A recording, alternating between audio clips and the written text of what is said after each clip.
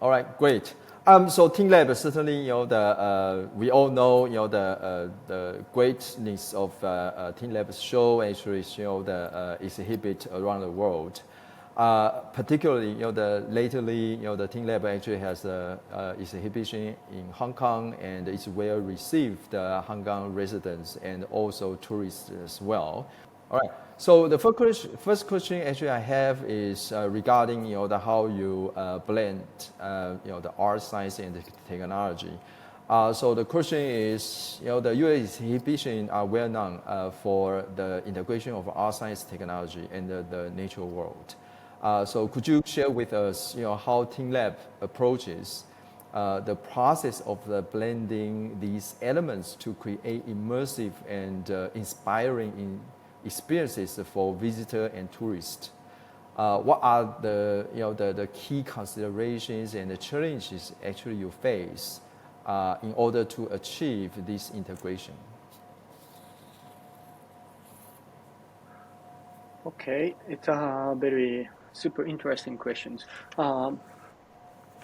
Maybe first I should explain about this and what is a teamLabs.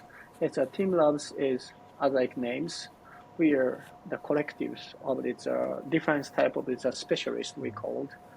There is a software engineers and hardware engineers and mathematicians and architects and the CG animators and quite many differences, like even botanists too.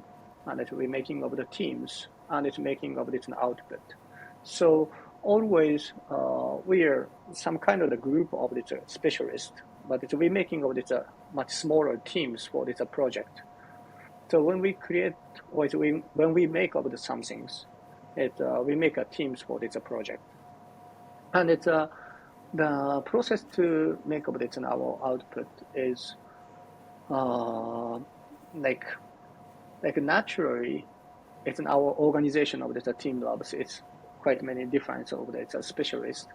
So when we try to make of the some things, anyway, it's going to be merged, but it's on a process. It's quite many ways, but it's one of the sample is like sometimes it's like our members, like the one of the founders, like Toshi, and he got kind of this very inspirations, maybe we can say, at natures with some kind of the conversation with other peoples.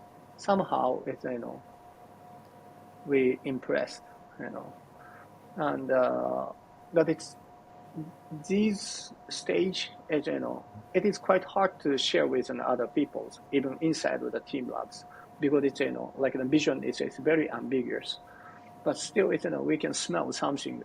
There is some beauties or something it's like we think it's we want to make, and then what's happened is like we try to make all the teams, and so we try to make what is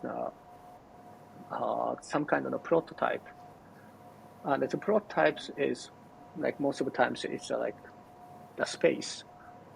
So like we need an architect, and we need the hardware engineers and the software engineers, and we try to make something it's like still we cannot explain by words, and we cannot explain by anything else, but we try to make.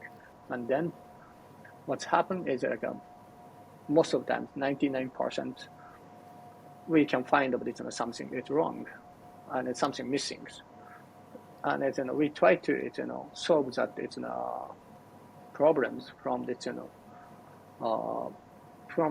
our own territories. It means software engineer try to solve this problem from software engineers side, and AI side is maybe AIs, and it's hardwares and architects, and we try and error and try and error. It's like a super long times, like sometimes 5-6 years, and its answer for that your questions is we believe that like our output that we need to make by teams.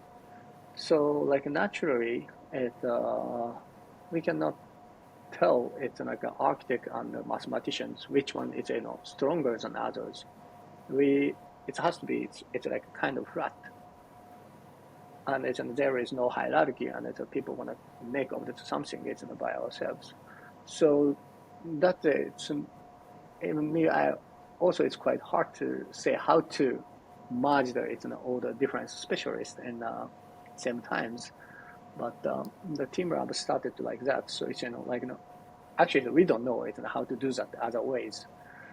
That is things, and it's the most important things of this in our creativities is some kind of a stock of it and our knowledge, or it's we call it co-creations of this in our teams. Okay. So it seems like the teamLab actually they have many small team, and those team members actually across different disciplines, and they're working together and then trying to to try something and come out the creative idea, but not worry about the failure, and then the gradually build knowledge and then build the trust and confidence, and to create a new and brilliant things. So I think these type of the no worry about the failure, and the courage to try new things. With a small team, actually quite organic and agile. So I think leads to my second question is that teamLab actually successfully replicate and scaled your exhibition to various cities around the globe. So each with its unique cultural context. So how does teamLab ensure each exhibition remains distinctive and culturally relevant while maintaining the core essence of what you just talk about? Okay. The first, we always have made something what we believe. So it's not based on any specific culture, or it's something. We never made of it something for this some client. We always something made something we believed. So we don't change for this each the country, or each area of this on these arts. So like I can say is but it's of course it's our there is quite many our output, and we do work with our partners, and we respect of this co-creation with a partner too. So like rules or regulations, we don't do illegal stuff. So it's like if there is a rules on that countries, or some kind of advice from our partners, we listen it, and it's more like what kind of artworks we're going to use it at that countries or cities. So, but this is much more like the territory of this curational part. It's not creativity part of this, like an artwork itself, but it's more like an exhibition itself. It's like we always work with most of the times it's work with our partner at its local partners, so they know it's more than us. And it's what we made is like please don't misunderstand, but it's we try to make this kind of new cultures to use all this new technology, or digitals, or whatever, so we can say is for us is like just only digital and technology. It's just only tools and materials. It's for us. It's a very core part of this in our output, but we're using that because we believe that's something we want to make, and we want to share with other peoples. And we're using of these tools and its materials, and it's the people drawing it, something with paint, and they're on the canvas. And for us, is maybe paint is like light sometimes, or it's something because it's our artwork is the softwares, so most of the time people cannot see it. So how to visualize of that things as experience is we need some kind of like a paint. Is most of the times we're using of this the light, or it's some different type of these technologies. But it's before that, I would love to define of this, the principle of this immersives with you.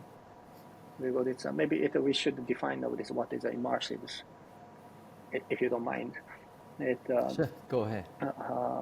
We believe it's we eager to understand this world through the process to make of this artworks, because it's sometimes like nature is very give us disasters and cruel, but it's somehow it's at least I believe of this some moment or most of the times it's nature or this world it's quite beautiful, and including of these other peoples too, and we want to understand this world, what's the meanings of this world for human beings, and we want to understand the new relationship between us and this world, including of other peoples, and then we want to perceive this world, but it's when we try to understand of this or perceive this world, we understand it's much more physical bodies. It's not only eyes, not only one of the five sense or it's a sixth sense. We are much more like it understand with physical bodies. As like like a forest, I like campings. So it's sometimes my sons told me I want to understand this fires or it's like a forest. I take them to the forest, and we can see all this forest on screens or it's like in a magazine or whatever. But I would love to take them to be inside of this forest in natures, because they can be with nature with physical bodies, and that is how to understand this world. You can touch, you can smell it, and then maybe sometimes you can even eat it. And it's but we are not.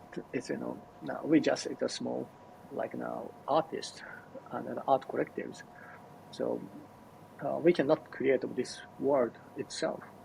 That isn't what we are doing, and it's the immersives is why we think it's very important. Is 2.1 is as I said, we recognize or we perceive the world much more like physically.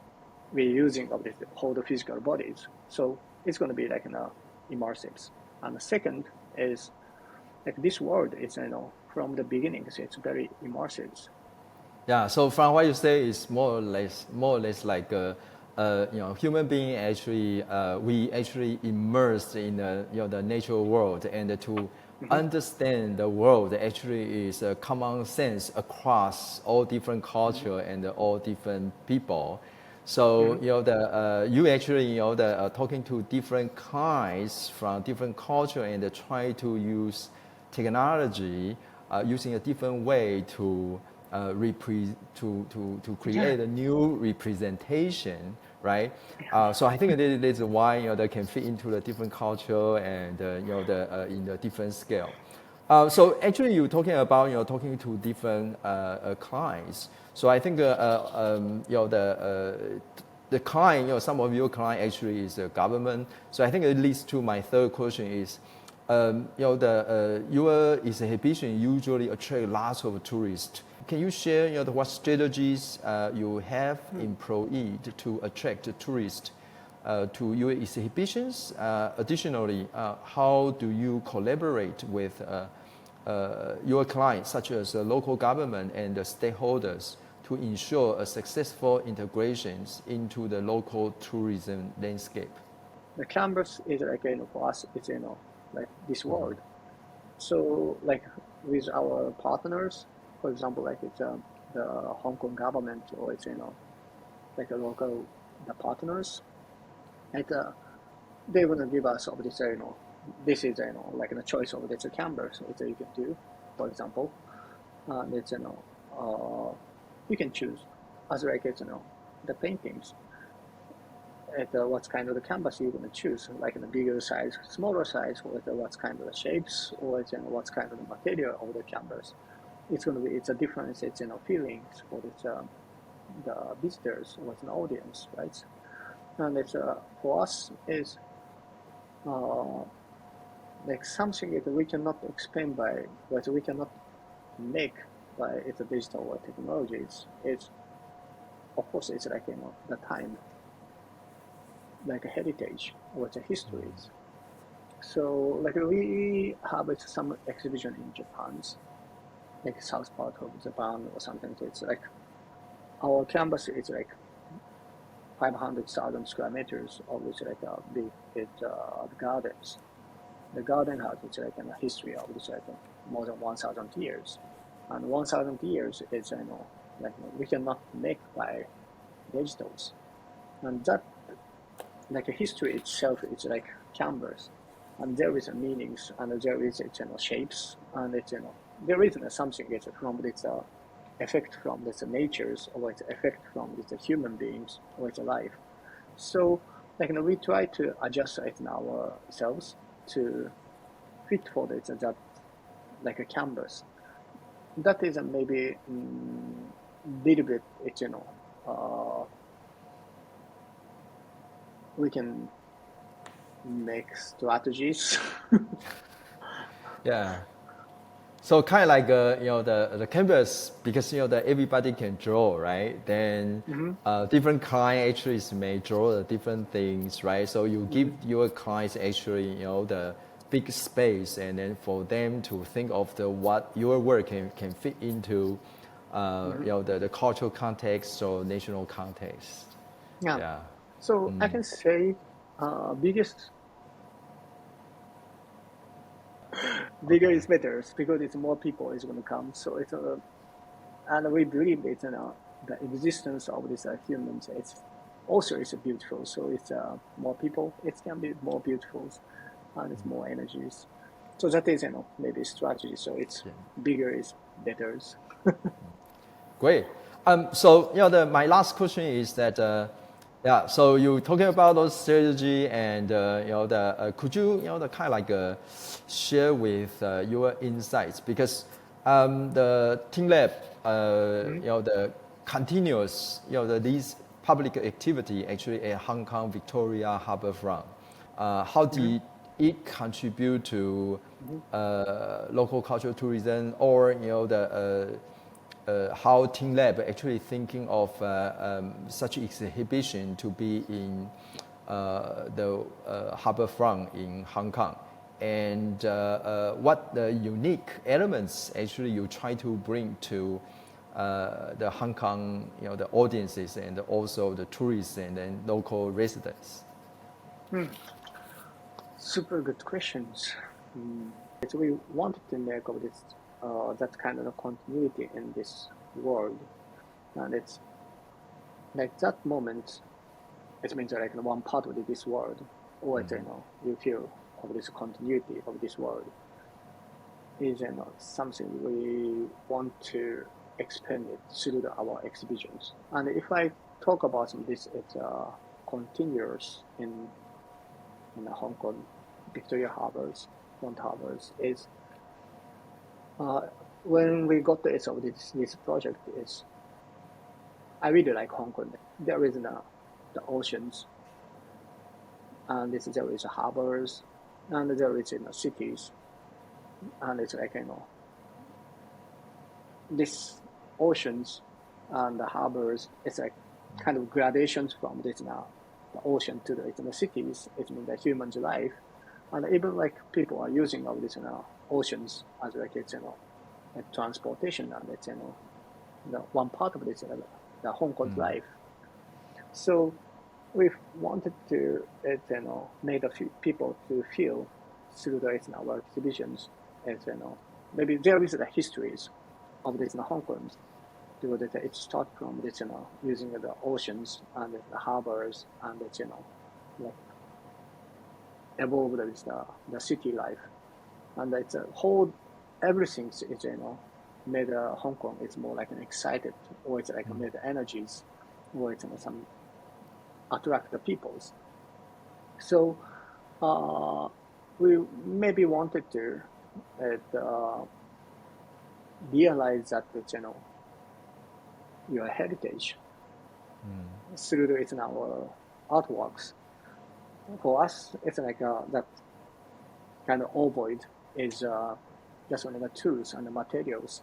So everything's whole element is like one part of this artworks, and it's if you are inside this exhibition or it's an artworks, and if the people could feel it's some kind of continuous to the harbors, or it's continuous to the cities, or it's continuous of the oceans, or it's with peoples. It's any kind of continuous something is the principle of this strongness of this Hong Kong's maybe that is like maybe core part of this that exhibitions. It's like that is like the title of this exhibition is also like the teamLab continuous. So like that is what we wanted to make, and it seems like it's people visit always in our exhibition, and it's maybe some people it's brought back to the some kind of our visions. Then, so I think that is one of the secrets. Actually, the what teamLab are trying to build is the kind of like create something which is share the same experiences among people, right? So, if, most of people have been to oceans, harbor, and building, right? Then using these things actually, the kind of like trigger my past experiences, and at the same time share the same experiences, but we trigger individual, right? The past experiences, so that why at the same space, to share the same space and to see the same thing, but we all have a free space or canvas to drawing our own past experiences into the thing actually we share. So I think that's the great that is something we know why the teamLab actually be capable actually built such exhibition always so successful to attract the people. So thanks the coming for the interview and sharing the US secrets with us. So for me it's kind of like the new learning, and to know the top secrets actually the teamLab successful things, and then not to say actually it's a successful and the pretty well-known, well-received event. The teamLab actually had the exhibition in the Victoria Harbourfront. So hopefully that we can see your new work actually that happen in a different part of Hong Kong in the future. All right. Definitely. Yeah. So yeah, we would love to. It's back to the Hong Kong any times. All right. So thanks you very much, Takashi-san.